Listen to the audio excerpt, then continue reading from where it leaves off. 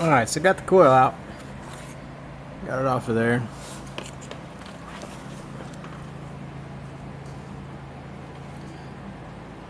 Here's the screw that was on top.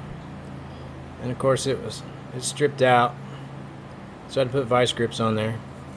Luckily there was enough meat on the top of that little screw that I could clamp on it and get the screw out of there. Screws in right here. And it holds that ground lug and this clamp. It goes right through there and into the body of the compressor. So it's out of there.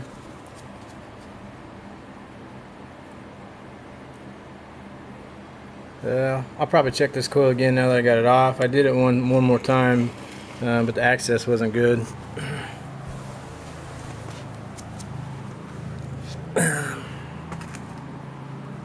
So I got my little battery.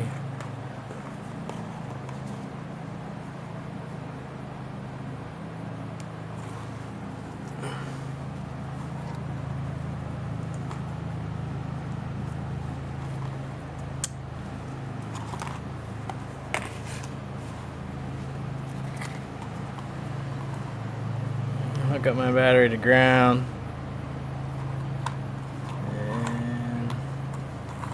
And into the power side.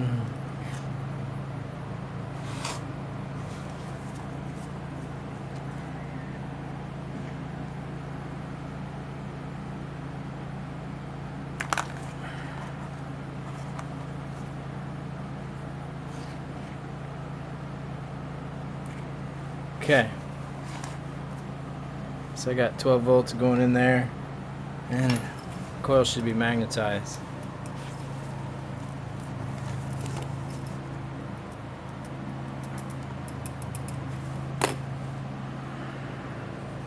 Positive through the white wire to the positive side.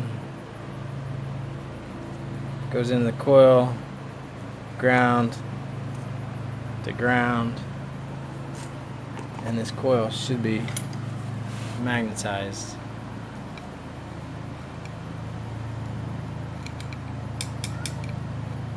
No juice, no magnetic force whatsoever. So it can't pull that clutch in. So if it can't pull the clutch in, the compressor's not going to turn. If the compressor doesn't turn, you got no air conditioning.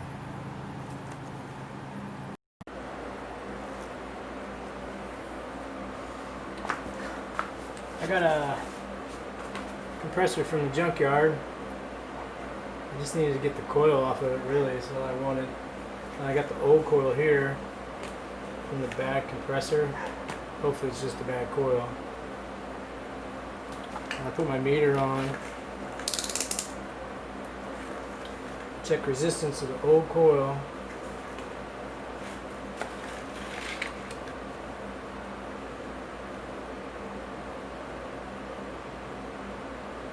Got infinite resistance. And I checked the new coil, or the new used coil.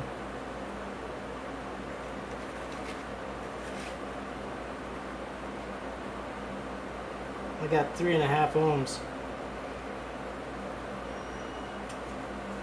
I also hooked up a 12 volt source at the junkyard to test this coil before I bought it. And it had the pulley and the clutch on it. And as soon as I hooked up the 12 volt source to this, and grounded it, it snapped.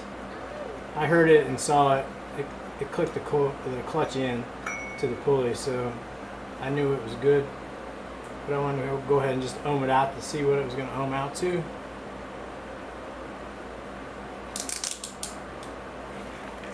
So now, I'm still waiting on the new compressor from Rock Auto, a whole unit, because I didn't think I was going to be able to find anything compatible in the area, and then I found this.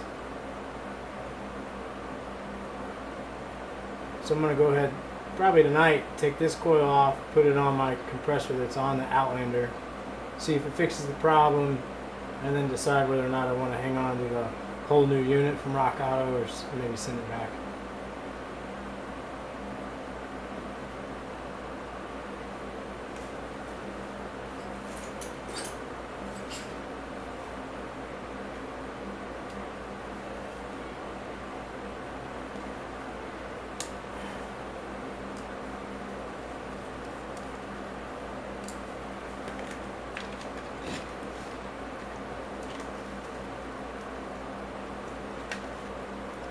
I actually used this wire right here at the junkyard. I took it off the tag off of the compressor real quick, and then they brought me a jump start pack, and I used that for my 12-volt source. And I took this wire off and hooked it to the jumper cables, then doubled it up and stuck it in the connector. And then I just wrapped it around real tight and twisted it onto the ground lug. Turned the jump pack start on, and the coil snapped right away. So I knew it was good. And the guy was even cool enough to knock $10 off the price because he'd never seen that done before, tested like that. So he said, "You taught me something, so I'm going to take $10 off the price." So I thought that was pretty cool. They were going to charge $65 for the whole unit, and I got there and I asked him if I could split the coil and the clutch and the pulley off of it because that's all I really wanted, and for a lower price. And he said, "No, I can't do that." But he said, "I'll sell it to you for $50. And then after I showed him the test procedure, he knocked another 10 off. So I thought that was really cool. Shout out to Gonzalez Auto Parts on Raceway, Indianapolis. So I got one more snap ring to get to. I showed that earlier when I was taking it off on the car.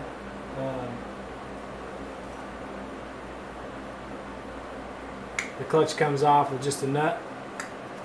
Nut comes off, clutch comes off, and then the pulley, you have to pull a snap ring, then the pulley.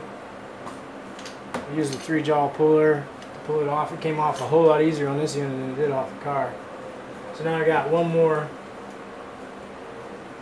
snap ring down in there to get to, and once I pull that snap ring, the coil will come off.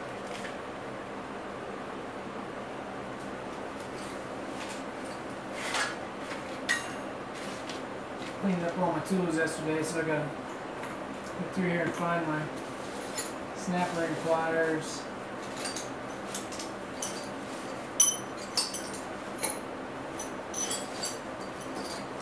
Should have just let the whole mess out.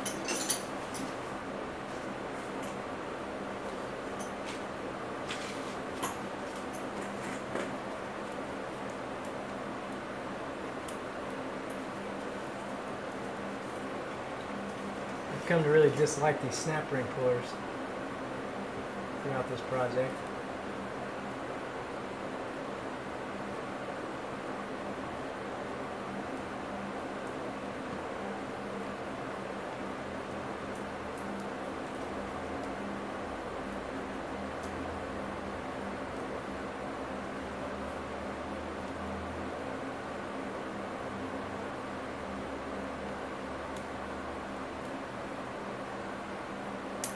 Yeah, I remember last time I had to cheat with a couple of screwdrivers to get underneath those landings.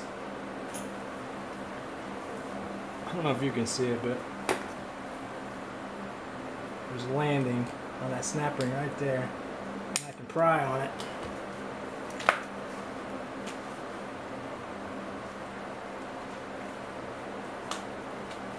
I got some Freon left in this.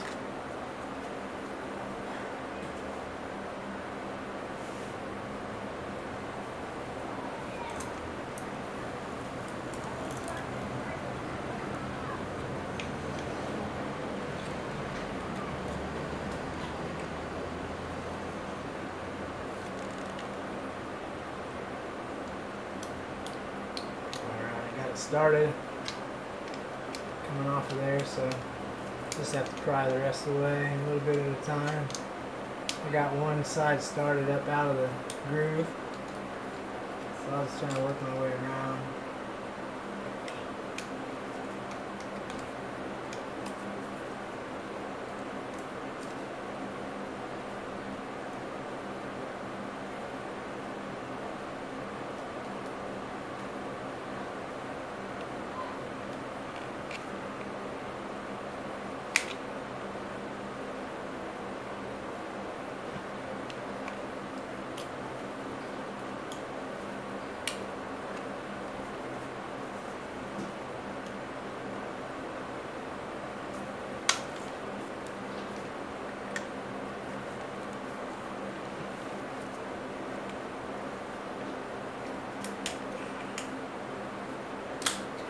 Okay, I got the other side started.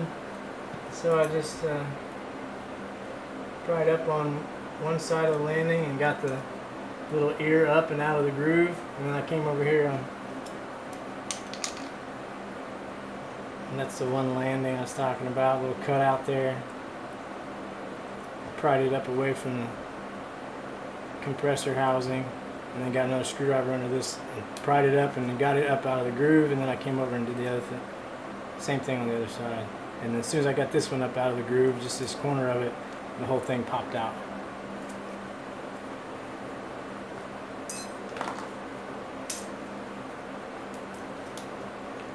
And I think on this clutch plate, I think it's got a little more material built up. Like maybe it hasn't worn down as much as the one installed on my compressor. So I'm gonna take a look. I'm gonna take a look for that when I take mine apart. I might end up using this clutch plate. Got the pulley on this for junkyard compressor. It's a smaller diameter. I think from what I've learned, the 07 Outlander looks like it had two different pulley sizes, a 3.75 and a 4.13. Mine's a 4.13. This looks like 3.75, and I could tell in some of the pictures when I looked these over online, the clutch plate's slightly bigger than this pulley in diameter, and that was kind of the giveaway that this is the 3.75 pulley. The one installed on mine, the pulley is just a bit larger than the diameter of the clutch plate, so I know it's 4.13. I took some digital calipers and measured it out. They sell it as a 4.13. It actually measured out to more like 4.25. I might end up, if it's the same bearing though, this bearing feels better than mine, so I could probably press this bearing out of this pulley and put it in my pulley. I'm guessing it's the same pulley. And I don't know, I might even be able to get away with using the smaller pulley on mine. I don't know. The tensioner, the belt tensioner for the serpentine belt, will probably take up that slack, that extra, you know, it's about 3/8 of an inch probably. I'm guessing my tensioner has enough slack left in it to tighten the belt up, even though this would be a smaller pulley, so that's something to consider too. But this bearing is definitely better than mine. It's hardly making any noise. I can't feel anything. Mine, I could barely just feel a little bit of grit in there, and it made just a little bit of noise. But I can compare part numbers. There's some part numbers you can read on this bearing, so I can compare part numbers and see, and I can get those digital calipers out and measure this as well and press it out. It's staked on the inner side of the pulley. It's staked, so the bearing would have to be pushed out from back to front.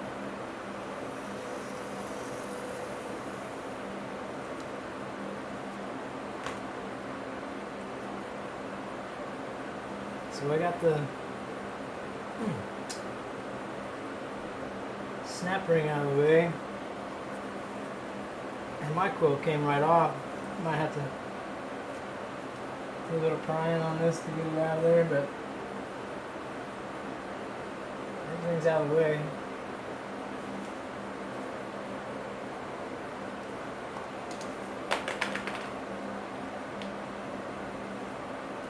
Cool. Yeah, just a little pop with the screwdriver there, and it's off of there. Coil's off. Still got a screw here with this clamp holding the harness on. So hopefully it'll come off without too much of a fight. It's kind of rusted. Yeah, it's gonna try and strip. Might soak that. Try to shoot that with some stuff. Come back a little bit later, maybe brush it up with a little wire brush.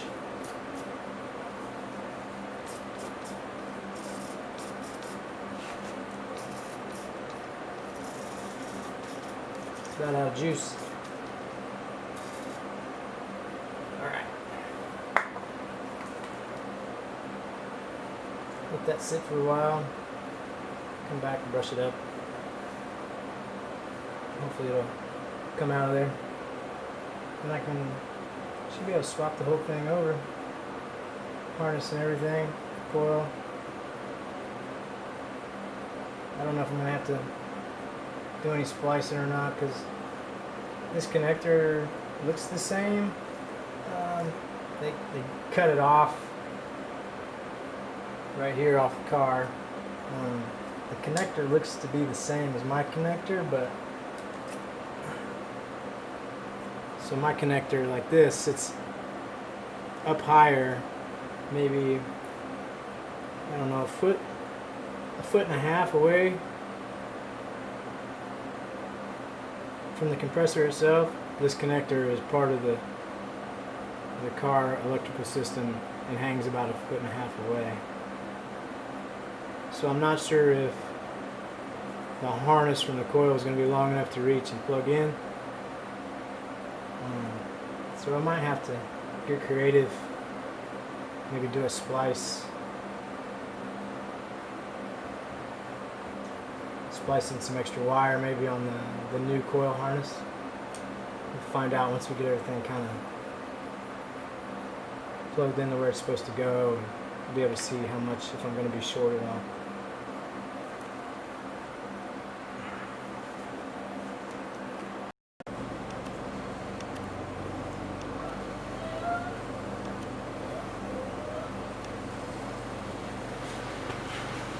So here's the pulley off the compressor that's on the car right now. Here is the pulley from the compressor I got from the junkyard, and there is a difference in size, as I suspected. Just a little bit, but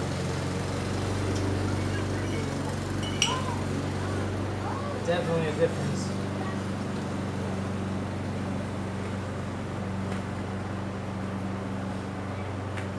So I think I'm going to stick with mine. I won't have to clean this one up. I already cleaned mine up. The coil that I was concerned about was making sure that the coil from the new compressor from the junkyard, the one that came off the smaller pulley, I wanted to make sure that it actually fits in my bigger pulley, and it does. Fits perfect. So they use the same size coil. So next I got to consider whether I want to swap these bearings out.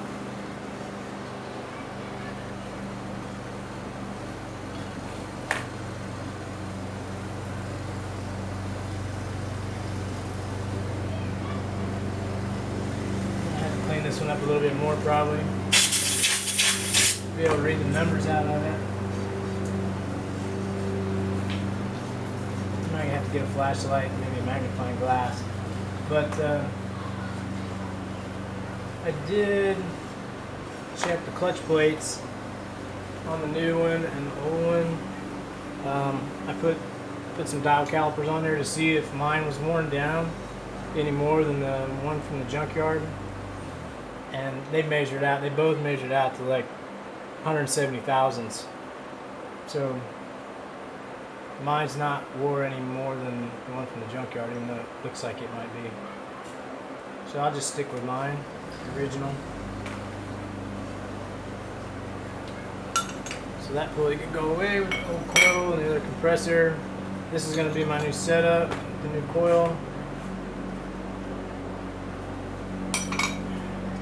And I'm just going to check those part numbers on those pulleys and consider whether or not to press out my bearing and press in the one from the junkyard pulley.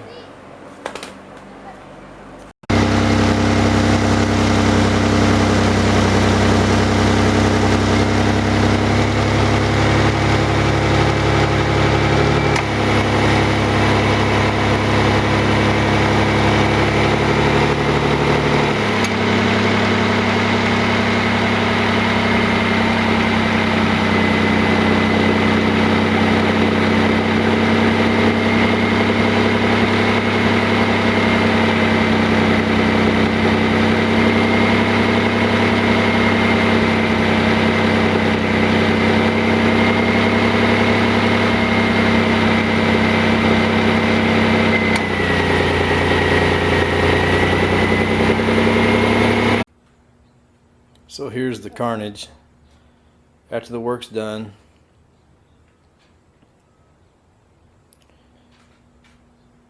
The new coil fixed it, so we got air again in the Outlander, so that's really cool. And I got a $300 compressor, actually about $335 compressor. Should be here today, that hopefully I can just return right back to Rock Auto. So I got a $40 part at the junkyard, and before I started this mess I had a $125 refrigerant service done just to see if that's what was keeping the clutch from engaging on the compressor. But it turned out to be a bad coil, and I used the smaller pulley, the 3.75 off the junkyard compressor. Even though mine's a 4.13, there's enough throw in the tensioner for the serpentine belt that it picks up the extra slack for the smaller pulley, and it's running, it's idling fine. So we'll see. I don't turn high RPMs on this thing, so I don't think it's going to be a problem when I get going down the road. I think that tensioner is going to keep doing a great job on that serpentine belt, even with that smaller pulley. So I hope this video helped you guys. I was looking all over the internet for some help, some specific help on this problem. I couldn't find it. I found some good videos, but nothing specific to an 07 Outlander and actually changing out the coil and testing the coil like that. So you guys have a good day. Maybe I'll see you next time.